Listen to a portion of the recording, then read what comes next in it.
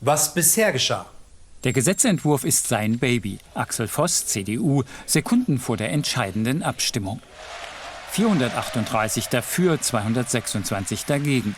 Im zweiten Anlauf stimmt das Europaparlament für ein Gesetz, das die Rechte von Autoren und Künstlern im digitalen Zeitalter schützen soll. Die Urheberrechtsreform war dringend notwendig, weil wir mittlerweile massive Urheberrechtsverletzungen im Internet gesehen haben.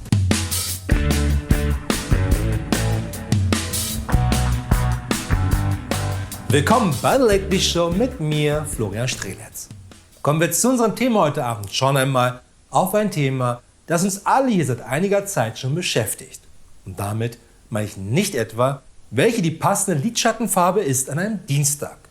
Das ist immer noch Neongrün mit einem Hauch von Lila, wie man bei mir sehen kann. Nur bevor wir loslegen, noch eine kleine Sache. Denn die Kaffeetasse der Woche stammt dieses Mal von Herr Isfriesländer, der gerade in seinen Scribble-Videos immer wieder zeigt, dass er besser gesuchte Wörter malen kann als ich. Ein Beispiel, okay, ich male mal ein Bild. Können wir das hier links mal zeigen? Und um welchen Film handelt es sich dabei? Genau, der Engländer, der auf einen Hügel stieg und von einem Berg herunterkam. War doch einfach zu erkennen, oder? Denn so sieht Hugh Grant immer aus, bevor ihn die Maske in 8 Stunden filmfertig macht. Also schau einfach mal in die Videobeschreibung, da ist der Link zum Kanal von Herr Isfriesländer. Aber kommen wir jetzt zu unserem Thema, denn heute Abend geht es um die bald geltende EU-Urheberrechtsreform, die dann so aussehen soll. Noch erlaubt sein soll? Maximal 15 Sekunden von fremden Videos und Tönen, 160 Zeichen Textzitat, 125 Kilobyte große Fotos oder Grafiken und prinzipiell weniger als die Hälfte des Originals. Die Plattformen sollen dafür haften und werden deshalb bei Verstößen Inhalte wohl automatisch offline stellen. Und das waren sogar auch nur 15 Sekunden plus 1 oder 2 Sekunden. Aber wer zählt das schon mit? YouTube vermutlich. Vor allem musste sich unsere Bundesregierung ganz schnell beeilen, die EU-Urheberrechtsreform in ein eigenes Gesetz zu gießen, da sie nur bis zum 7. Juni dieses Jahres überhaupt Zeit hatte, das umzusetzen. Ansonsten droht Ärger mit der EU. Ich persönlich hatte ja darauf gewettet, dass die Bundesregierung das mal wieder versucht, während irgendeines wichtigen Länderspiels der deutschen Fußballnationalmannschaft zu verbuddeln. Wie 2012, als der Bundestag das umstrittene neue Meldegesetz während des EM-Halbfinalspiels gegen Italien durchdrückte und das kaum einer mitbekommen hatte. Außer als er oder sie dann ein paar Wochen später vor einem überquellenden Briefkasten stand, weil nämlich das Meldegesetz jedem Werbetreibenden erlaubte, sich ungefragt Namen und Adressen aus den Meldeämtern zu besorgen. Von jedem, ohne dass die betroffenen Personen etwas dagegen machen konnten. Oder 2016 erneut während eines EM-Halbfinalspiels der deutschen Nationalmannschaft gegen Frankreich, als man das Gesetz zur Änderung des Bundesmeldegesetzes durchwinken wollte. Und vielleicht hatte genau deswegen das eine oder andere Mitglied unserer Regierung darauf gehofft, dass wir auch 2020 wieder in einem EM-Halbfinale stehen könnten, um nun die neue Urheberrechtsreform nebenbei gültig zu machen. Nur dann hat diese Person die Rechnung ohne Covid-19 gemacht. Und offensichtlich auch ohne die deutsche Fußballnationalmannschaft, weswegen sowohl ein EM-Halbfinale 2020 als auch 2021 utopisch ist. Aber wie kann man nun als Online-Plattform sicherstellen, dass nicht Videos, Songs oder Bilder hochgeladen werden, die gegen die neue Urheberrechtsreform verstoßen? Gibt es da nicht etwas, das es filtern könnte? Vielleicht sogar gleich beim Upload? Aber wie war das 2019? Sollte das nicht genau verhindert werden? Und sollte das nicht auch schon in dem Gesetzentwurf dazustehen mit dem sexy Namen Gesetz zur Anpassung des Urheberrechts an die Erfordernisse des digitalen Binnenmarktes? Nicht zu vergessen, dass es auch schon im Koalitionsvertrag zwischen CDU, CSU und SPD 2018 stand, wonach explizit auf jegliche Upload-Filter verzichtet werden soll. Also ist das Internet, wie wir es kennen, gerettet. Dementsprechend danke Merkel. Oder auch nicht, denn wie sollen Online-Plattformen erkennen, dass ein hochgeladenes Werk urheberrechtlich problematische Stellen hat? Grundsätzlich sieht das aktuelle Gesetzespaket nämlich vor, dass Online-Plattformen für Inhalte, die Nutzerinnen und Nutzer hochladen, auch urheberrechtlich verantwortlich sind. Das heißt wiederum, dass diese Plattformen verpflichtet sind, Nutzungsrechte dann selber zu erwerben, also Lizenzen von Rechteinhabern direkt oder indirekt zu kaufen, damit das nicht ihre User machen müssen. Dementsprechend danke Merkel. Nur wie sollen Online-Plattformen wissen, dass da urheberrechtlich zu beanstandene Videos, Tweets oder was auch immer gerade von ihren Usern hochgeladen werden? Gäbe es doch nur dafür einen Algorithmus, der das herausfiltern könnte beim Hochladen. Und dies geht eben nur doch mit Upload-Filtern. Dementsprechend danke Merkel. Denn so schreibt mittlerweile die CDU selber, nach langen Verhandlungen hat die Bundesregierung auf Vorschlag der Bundesjustizministerin jetzt einen Kompromiss zur Umsetzung von Artikel 17 verabschiedet. Das ist ein Kompromiss, bei dem alle beteiligten Gruppen Abstriche und Zugeständnisse machen müssen. Auch wir. Unser Anliegen, Upload-Filter komplett unnötig zu machen, konnten wir nicht vollständig umsetzen. Was jedem jedoch schon 2019 klar war, genau deswegen hatte man ja als Teil der EVP geschlossen für die EU-Urheberrechtsreform 2019 live vor Ort gestimmt. Hätte man nun wirklich Upload-Filter vermeiden wollen, hätte man schon damals einfach nur Nö sagen können.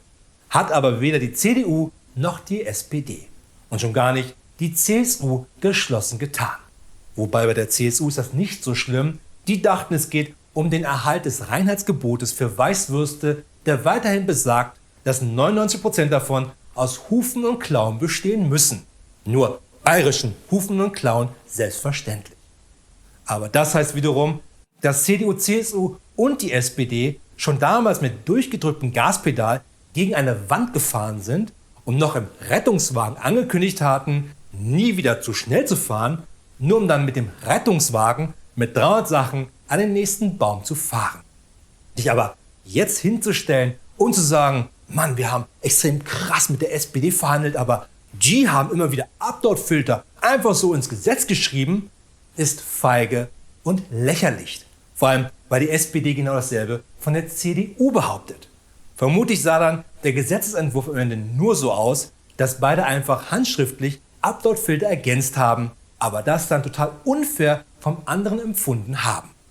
Und als Alternative dazu halt einfach angestoßen haben, dass sich eben die Online-Plattformen gefälligst selber Lizenzen bei Verlagen und anderen Rechteinhabern kaufen, damit ihre User weiterhin Content für sie machen können. Nur ist das Problem, dass gerade Online-Plattformen wie YouTube quasi am Hungerstuch nagen. Denn sie verdienen so wenig selber, dass ihre User den kompletten Content beisteuern müssen. Und das selbstverständlich kostenlos, damit YouTube es schafft, jeden Monat irgendwie zu überleben mit einem bei einem Geldspeicher. Und dann ist es mehr als unfair, auch noch Geld von YouTube zu verlangen. Dabei wäre eine ordentliche Neufassung des Urheberrechts mehr als nötig gewesen. Aber nicht angetrieben von den Rechteinhabern selber, sondern von Experten, die sich damit vor allem auskennen. Wenn wir uns daran stören, dass Michael Myers jedes Jahr Hunderte von Chilien abmetzelt, dann sollten wir vielleicht ein paar Experten nehmen, die ein Gesetz erarbeiten, das es Michael Myers verbietet, weiterhin Cheerleader abzumetzeln. Selbstverständlich nicht an Halloween, aber dann bitte auch nur an Halloween. Aber wir beauftragen doch nicht Michael Myers selber, so ein Gesetz zu schreiben, oder? Die Urheberrechtsreform war bereits bei uns hier in Deutschland, damals noch als Leistungsschutzrecht, kolossal gescheitert. Und damals ging es nur darum, dass Verlage gerade von Google Geld bekommen, wenn Google deren Artikel kostenlos nahm und damit nun selber Geld verdiente. Nur als das Leistungsschutzrecht schneller sank als der Stern von Jens Spahn, machte die Lobby um den Axel Springer Verlag das einzig Richtige. Anstatt ein paar 100 Euro zu nehmen, um den einen oder anderen Abgeordneten mal unverfänglich zum Essen einzuladen, haben sie ein paar 1000 Euro genommen und den einen oder anderen EU-Abgeordneten unverfänglich zum Essen eingeladen. Brüssel ist halt teurer als Pforzheim zum Beispiel. Und als das gleich viel besser funktionierte, aber nun wieder die doofen Deutschen drohten, das zu verwässern, hatte die Lobby wieder einmal das einzig Richtige getan und das Internet einfach gleich richtig kaputt gemacht.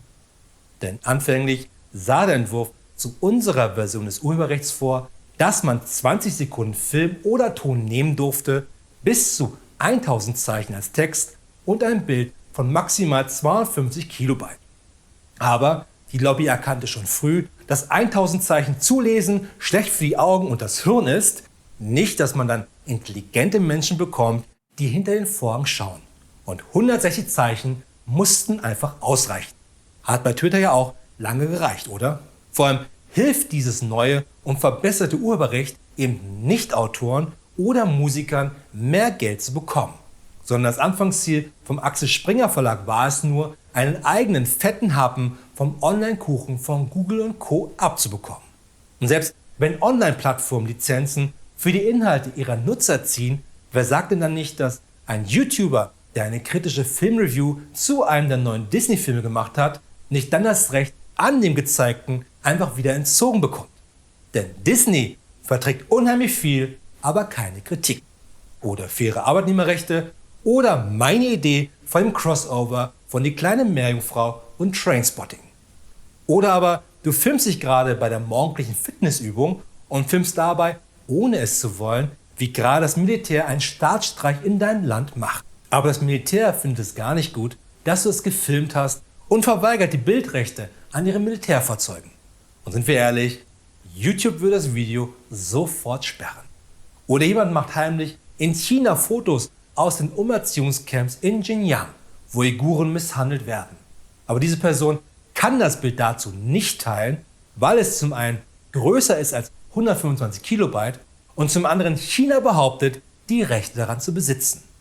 Und dieser ganze gewaltige Aufwand, die Millionen, die in die Lobbyarbeit gestopft wurden, wie ansonsten nur Hände in Enten zu Weihnachten, nur weil ein Unternehmen wie der Axel Springer Verlag es verpasst hat, selber im 21. Jahrhundert ein Geschäftsfeld für seine scheiß Käseblätter zu entwickeln, das nicht so versifft ist wie seine verfickte Bild-Zeitung. Und das Zitat darfst du gerne frei benutzen. Zumindest solange es noch geht. Das war's wieder von der Show für heute. Aber keine Sorge, wir sehen uns wieder am Freitag mit den Lately News. Bis dahin eine gute Nacht und viel Glück da draußen.